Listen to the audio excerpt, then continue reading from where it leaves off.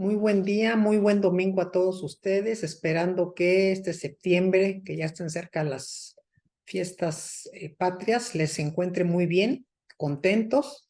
La cosa triste es que después de las fiestas patrias ya viene Navidad, ya se va el año, ya nos estamos envejeciendo, pero bueno, esta es la vida.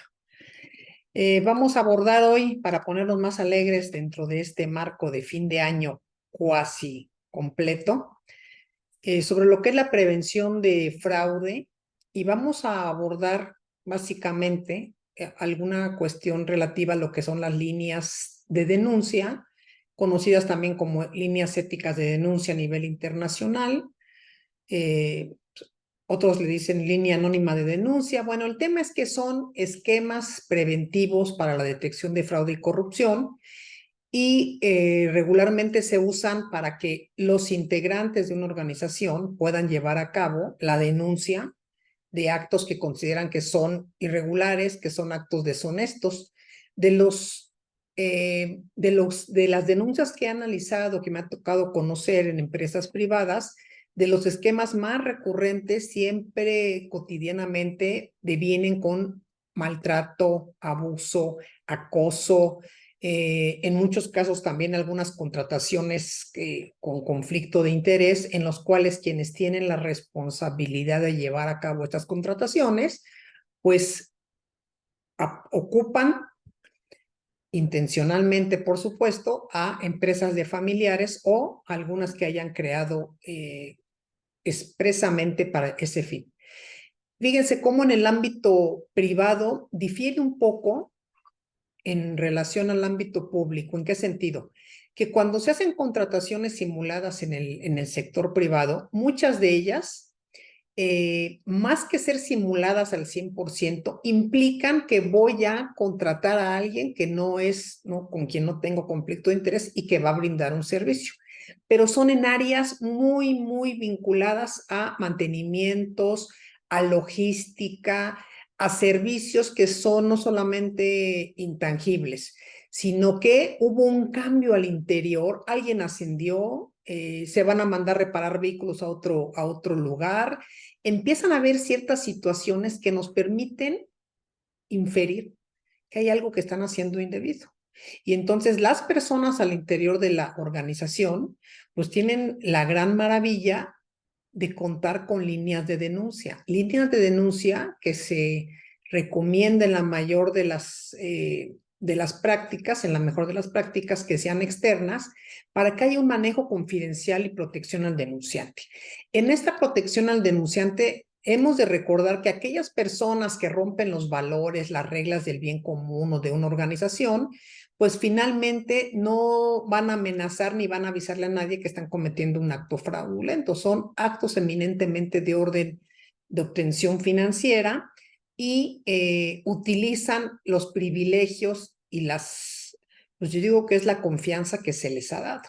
Entonces, esa confianza que se les ha dado, cuando no va acompañada de la supervisión, de lo que establecen las mejores prácticas como controles, revisar no solamente quiénes son las personas que están a cargo, sino quiénes son los nuevos proveedores, un due diligence, una revisión de quiénes son, por qué se hacen el cambio. Estas situaciones o banderas rojas que nos permiten predecir que algo puede suceder. Nada viene de la nada intempestivamente. Siempre hay un antes, hay una etiología que nos permite entender en un momento dado cómo actúan estas personas deshonestas. Y aquí es donde hemos hablado o abordado el gobierno corporativo, y el gobierno corporativo, dentro de sus funciones, debería implicar contar con un canal anónimo, confidencial y seguro de denuncia, que es la línea ética de denuncia. Ahora bien, en la mayor parte de las empresas particulares, sobre todo las globales, cuentan con él. El tema es que a nivel gubernamental, aunque ustedes vean el número y yo lo vea, nadie va a denunciar nada, o no se nos da la gana de denunciar porque no confiamos. Y la confianza se gana y se restablece a partir de resultados y seguimiento. Entonces, lo importante para todos los que me están escuchando es que, primero, si tenemos un canal anónimo, confidencial y seguro, en el cual podemos, en nuestra calidad de empleados, de proveedores, de colaboradores u otros terceros relacionados con nuestra organización, presentar denuncias vinculadas con irregularidades o cualquier conducta que ustedes consideren que afecta el ámbito laboral o el ámbito ético, hay que hacerlo, porque el comportamiento moral consistente es obligación real de las empresas, pero acuérdense que esta cultura ética, que en muchos casos es débil o inexistente, tiene que ver con que son estándares mínimos de conducta llevados a cabo por quienes las integran.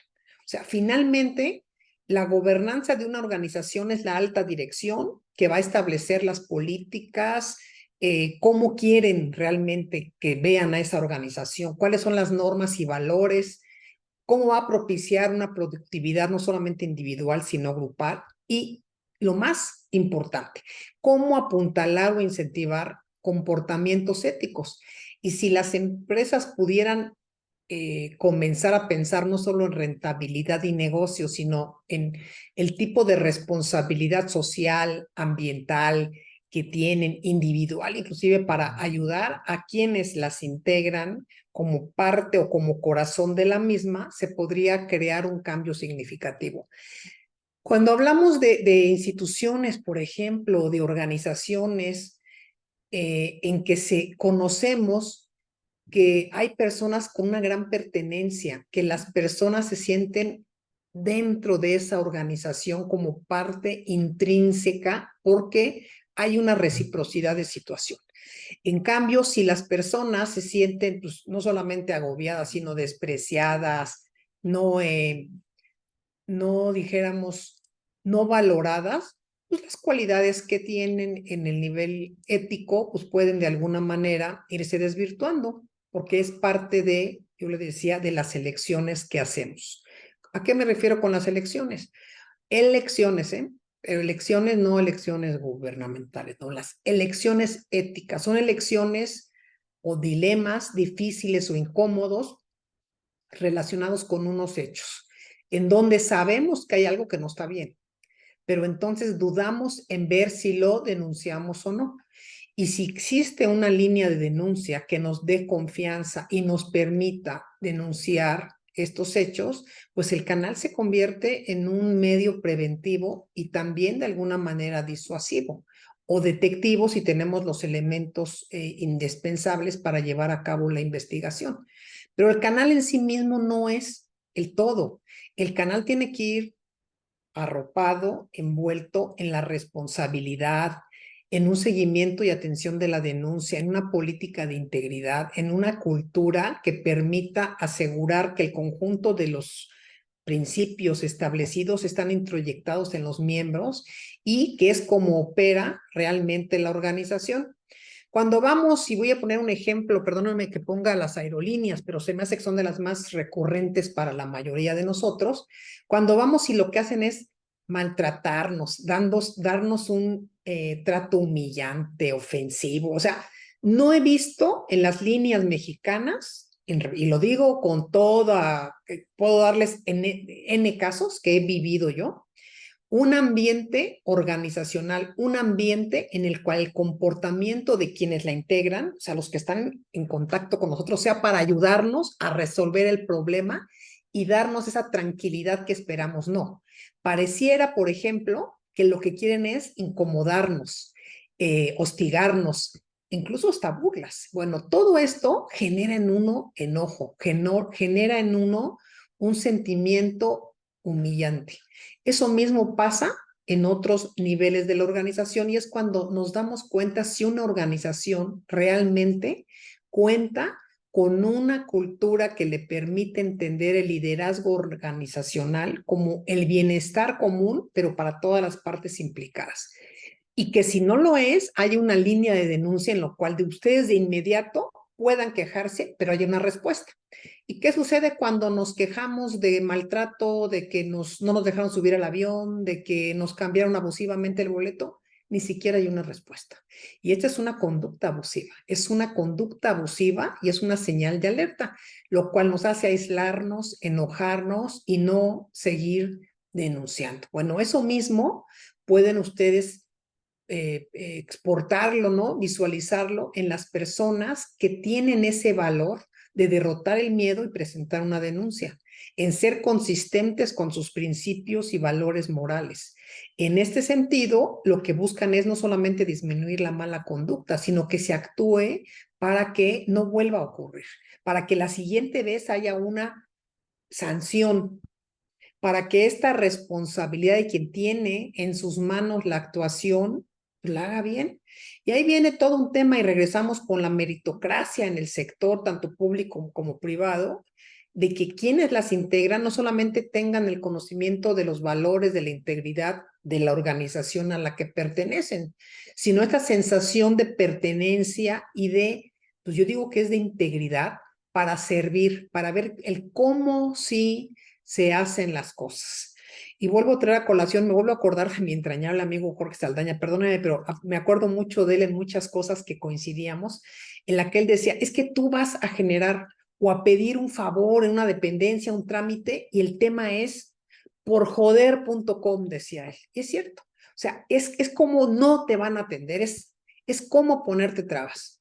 Y entonces esas actitudes hacen que quienes sabemos algo, en lugar de abrirnos y tener empatía para denunciar, pues si sabemos, no revelamos y no escuchamos y no queremos asumir nuestra responsabilidad y se convierte en una ceguera ética. Y aquí vienen los grandes desafíos. ¿Cómo mantener un estándar de integridad mayor al que se espera? ¿Cómo atender y escuchar las denuncias? Pero sobre todo, ¿cómo hacer lo correcto? Y en el hacer lo correcto está el final de todo, porque hacer lo correcto nos llevaría a comprobar en un acto de investigación si los hechos que nos están denunciando son ciertos, cómo ocurrieron, qué conductas, cómo se pudo evitar y cuáles son las lecciones aprendidas. Entonces, denunciar siempre, siempre va a ser muy bueno.